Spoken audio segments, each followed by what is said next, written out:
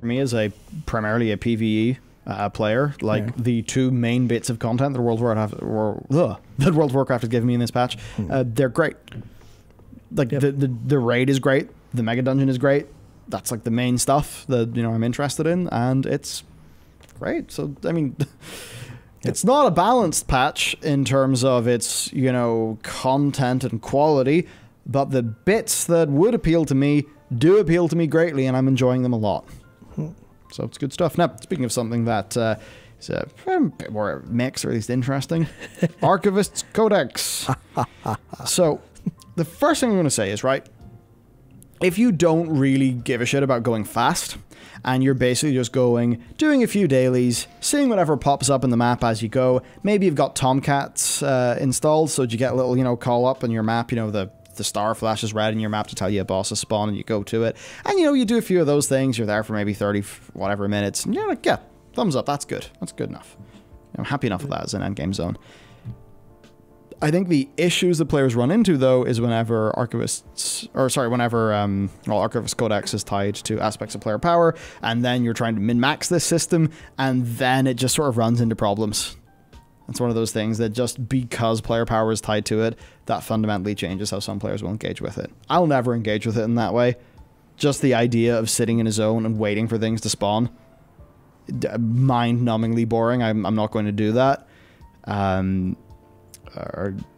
So it doesn't impact me that much, but I mean there's certainly people who have, I think, super tried to no-life Korthia and stuff, and it has definitely not been a fun experience for them.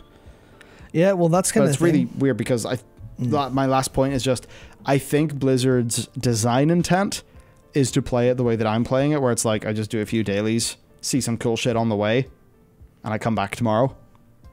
But I think the reward system of it is designed differently to the design intent of it, because it does incentivize you to sort of no-life it a little bit in a way that I think is not super fun.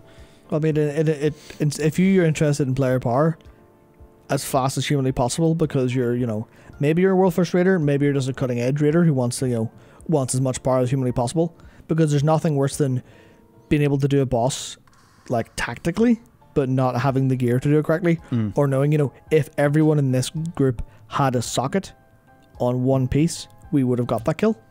That stuff is really, really frustrating. And the problem with this isn't that it's like loads of grindy content or anything, because one thing I've noticed, especially for, I mean, obviously this is looking at like streamer players, like if you just go, here's the grind it, they'll be like, let's go, 100%. I'll do, I mean, as Dakar says, he misses Island Expedition spam. Because that was... yeah, but he misses it because it was a thing you could do. It had an endpoint that was far away, and you could optimize it. You could optimize going mythics, pull everything, kill it. We've done, we're in and out of here 3 minutes flat, or whatever the time was for the average. I'm pretty sure it was lower than that when I was watching Gingy stream back then. I'm pretty sure it was very, very, like, maybe even below 2 minutes to completely clear some difficulties later on. But it's a case where...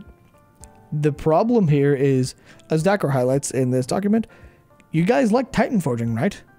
Which is, it's a complete joke. The title is not Titan forging, but it's the idea of fragments are completely RNG, however many you get. And they're directly, what do you call it? They're directly related to the player power, because you need to spend those for sockets. And in a given day, you could get super lucky and get a couple hundred every time you do a rare.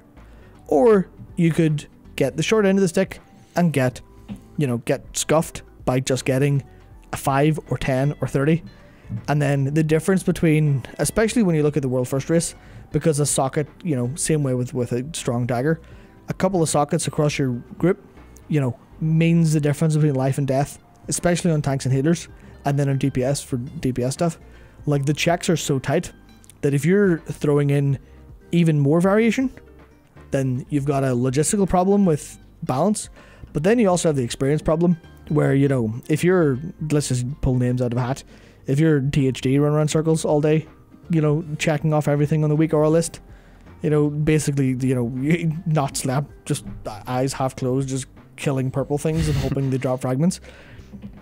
Whenever someone in the opposing guild has done the same thing as you that day, but are further ahead, and that continues for 3 days in a row, or continues for heroic week, then you've got the player experience has just been completely destroyed by the fact that this isn't deterministic.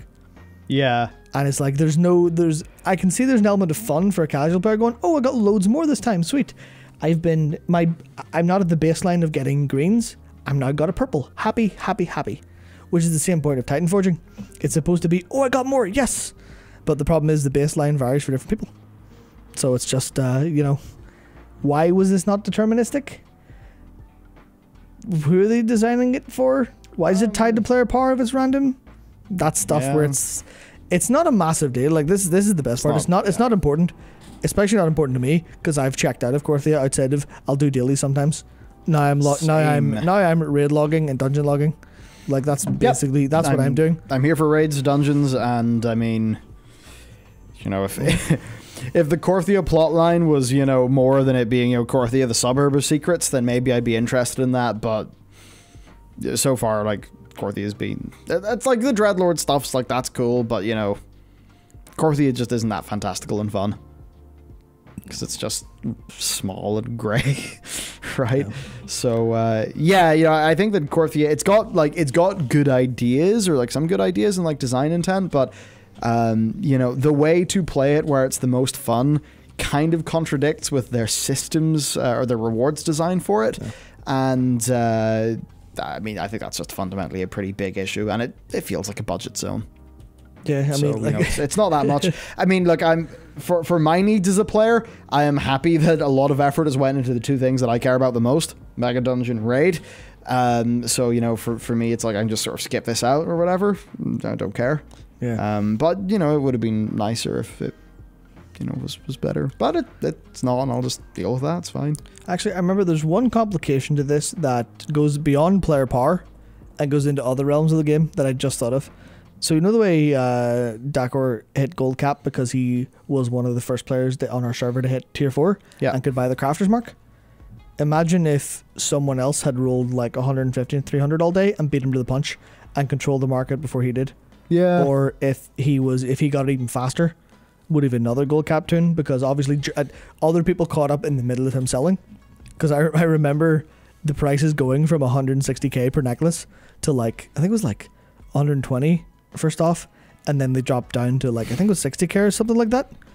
But it's a case of, that's fine if that's deterministic, but the randomness was directly tied to extreme profit, which is, yeah, it doesn't feel like... Not ideal. It erodes the relationship between effort put in and result. Yeah. Randomness is fine for fun, but... ideal. Yeah, just be careful with it. That's week 2. A bit of a dud there, but everything else, banging, very happy. Yep. Very, very happy indeed. I've been, as crazy as it'll be for some people to hear, enjoying this patch greatly. Yeah, no, it's definitely been fun as long as I'm doing content. Yep, as long as I focus on the new good shit. New good shit's good. Yeah, so. As long as we don't have any more run-ins with first boss levers in Mythic Plus. Ah, yes. That was cool. What a stellar experience that was.